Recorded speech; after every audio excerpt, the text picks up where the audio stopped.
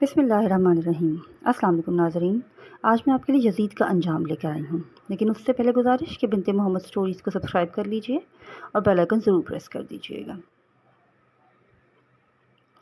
حضرت سیدنا امام حسین کی شہادت کے بعد یزید اس خوش فہمی میں مبتلا تھا کہ اب اس کی حکومت کو کسی قسم کا کوئی خطرہ باقی نہیں رہا، اور حضرت امام حسین رضی اللہ تعالیٰ عنہ کی شہادت کے بعد کوئی بھی میرے خلاف آواز نہیں اٹھائے گا۔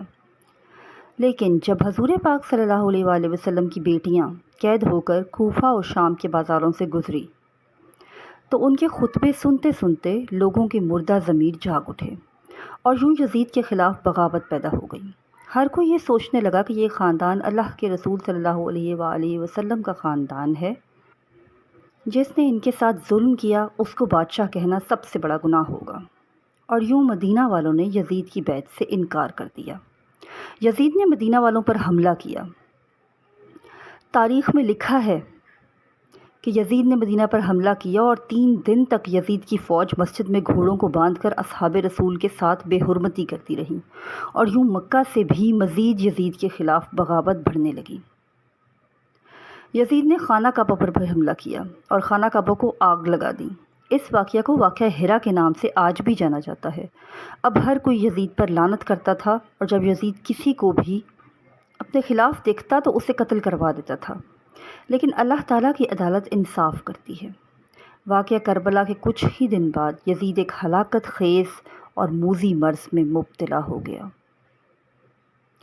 پیٹ کے درد اور آنتوں کے زخموں کی تکلیف کی وجہ سے وہ ایک ایک پل تڑپتا رہتا تھا۔ اس کی آنتیں جلتی رہتی تھیں۔ وہاں کے حکیم پریشان ہو گئے تھے کہ یہ کیسی بدترین بیماری ہے کہ تمہارا پیٹ اندر سے ختم ہو رہا ہے۔ یزید کو شدید پیاس لگتی تھی، مگر جب وہ پانی پیتا تھا تو وہی پانی اس کے پیٹ کو جلاتا تھا۔ اس کے محل کے لوگ یزید کی یہ حالت دیکھ کر کہتے کہ اس کی حالت حسین ابن علی کو پیاسا رکھنے کی بدولت ہے۔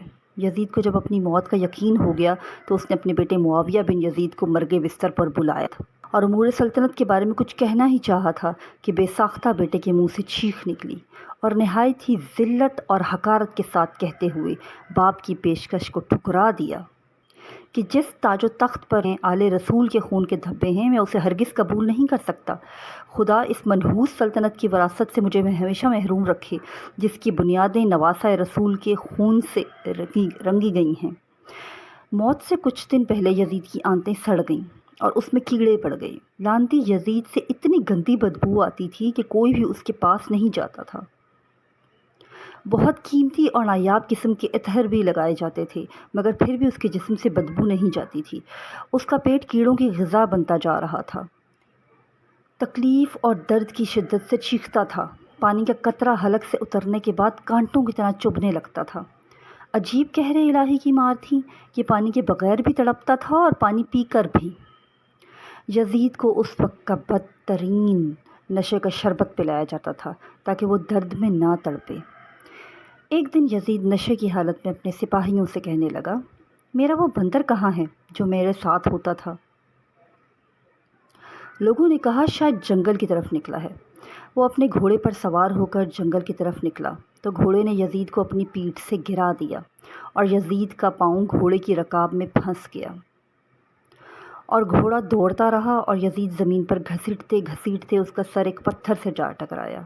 گھوڑا بھاگتا رہا یہاں تک کہ یزید کا پورا جسم ٹکڑے ٹکڑے ہونے لگا۔